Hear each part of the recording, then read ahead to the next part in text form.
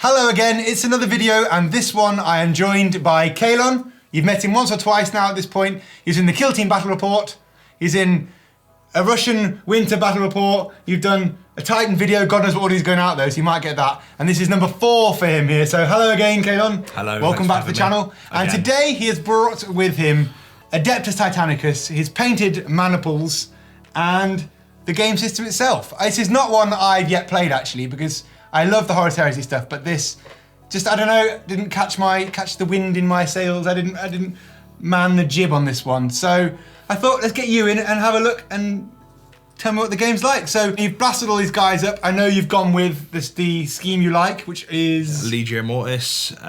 It will be Mortis for everything, because give me Mortis or death. Yeah, Mortis or death. Mortis or death. The bad boys of the Titanland. And then you've also got a couple of blue dudes. What's their deal? They are a support banner of Knight Porphyrions, if I'm saying that right. I always call them Polyphons. But Polyphons? Some polyphonic ringtones? Yeah, I get told that's wrong every time I say it. You're probably wrong. No one tells me the correct way to say it, so... So you've got this game, you've had a few games of it as well. How are you finding it? How's the game treating you? I mean, it's a good system. It's quite robust, so it's actually really quite hard to break it.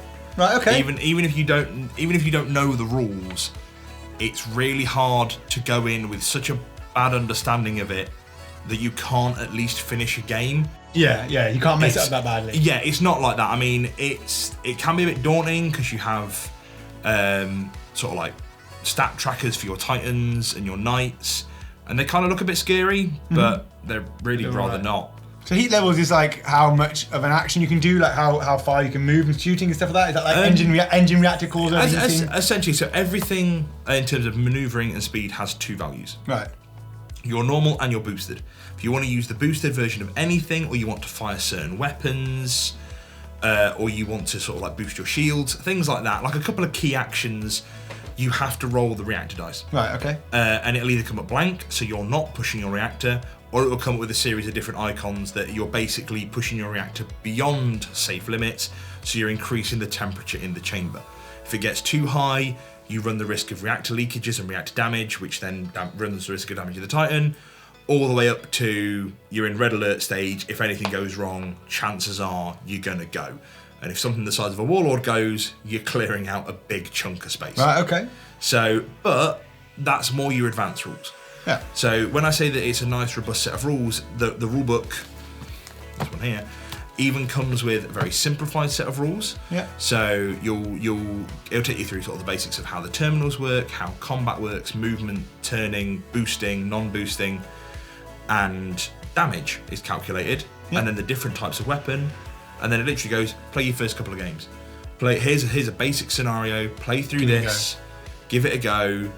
And then after you've done that, that's when it goes into, cool, so here's how you write bigger lists. Here's how you bring in support units.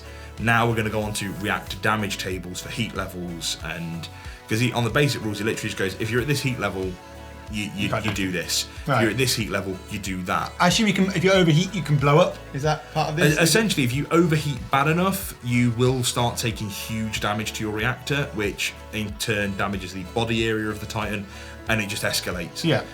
Like even the biggest weapons on Titans, the volcano cannons, you have to push your reactor fire them, because they're such an immense weapon that takes so much power. Even a Titan has to push to fire it. And is that these? It's the one that's on the right. The one on the right is the volcano cannon. The one on the left is the plasma annihilator. So this is then, as you say, a fairly standard sized force. How long would this take to play? How long is 1,500 points taking you? Will that a band be? About 1,500. You can do it in about 2 hours. So especially if your opponent has taken 2 warlords and you've taken a lot of warhounds, you're going to be able to potentially strip shields really quick, but you may not be able to actually damage the Titan that easily. So it can do it, but it's going to take more manoeuvring, so the game might take a little bit longer to do. And are you playing this on a 4x4? Commonly, it's about a 4x4. They advise sort of like, as the games get bigger, the usual sort of scale your area up. But really, like, a Band B will easily fit on a 4x4.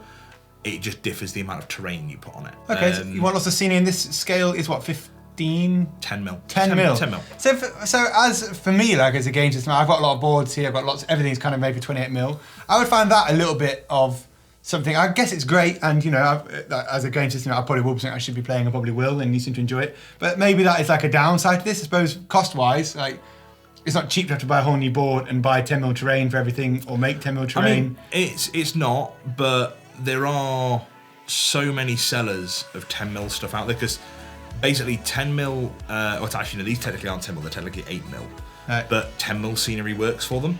That for me is a bit of a downside. Have you had any so far in your anything you have seen to be a negative, or anything you would change about this? You know, I know you've not got a lot of playing experience, but just for as a review situation, like obviously the good sizes are, I suppose you can play Titans, you can play cool things, you can play on 4x4s.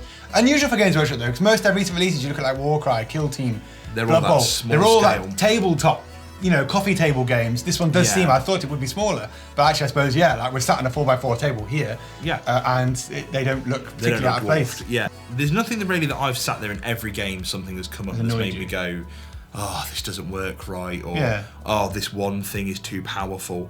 Don't get me wrong, there are people out there that will complain at everything. Of course, in every game. Yeah. It's the internet, you're out there, we see you, we hear you, I see you, internet.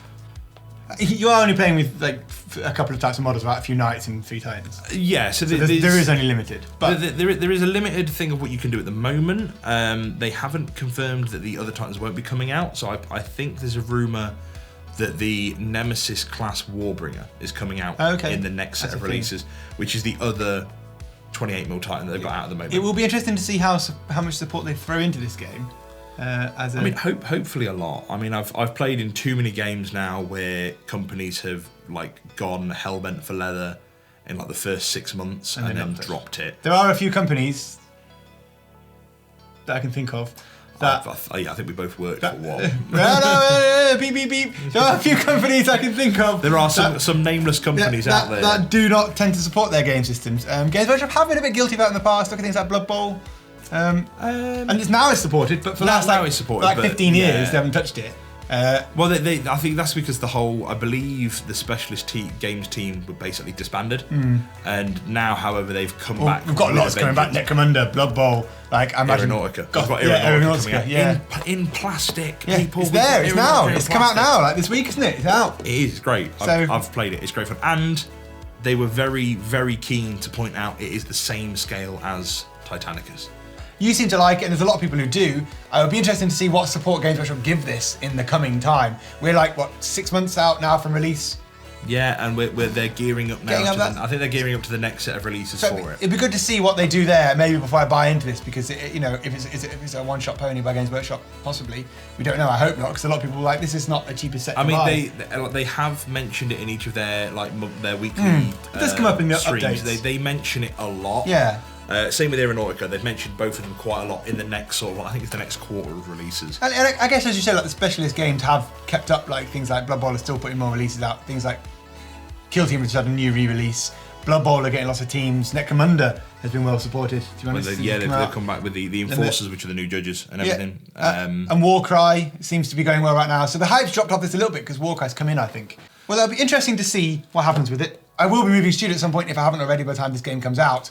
So we might not see as much of you, but you'll have to fly over and come see it later. I will try my hardest. It would be nice to be back, because always nice to have you here. And thanks so much for bringing these guys down. Check in the links below if you want to have a look and buy this game. Check out the links there. There's also other ways to support me. I've got my affiliates with Luke's APS for basing stuff, and I've also got a Patreon set up for those of you who feel like you really want to support. If you've liked this video, please make sure to like, share and subscribe, and hit the alarm bell below for more videos to come.